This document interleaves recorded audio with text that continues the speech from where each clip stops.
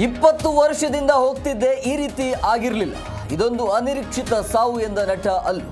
ಆ ಕುಟುಂಬದೊಂದಿಗೆ ಇರ್ತೇನೆಂದು ಕೈ ಮುಗಿದ ಪುಷ್ಪ.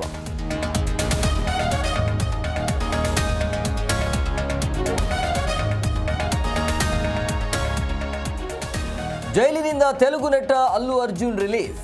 ಬನ್ನಿ ನಿವಾಸಕ್ಕೆ ಟಾಲಿವುಡ್ ಗಣ್ಯರು ದೌಡ್. ಮನೆಗೆ ತೆರಳಿ ಅಲ್ಲು ಭೇಟಿಯಾದ ಉಪೇಂದ್ರ.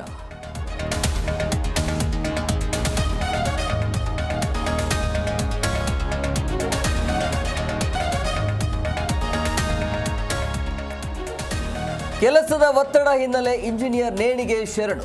ವಾಟ್ಸಪ್ ಡಿಪಿಯಲ್ಲಿ ವರ್ಕ್ ಪ್ರೆಷರ್ ಎಂದು ಹಾಕಿ ಆತ್ಮಹತ್ಯೆ.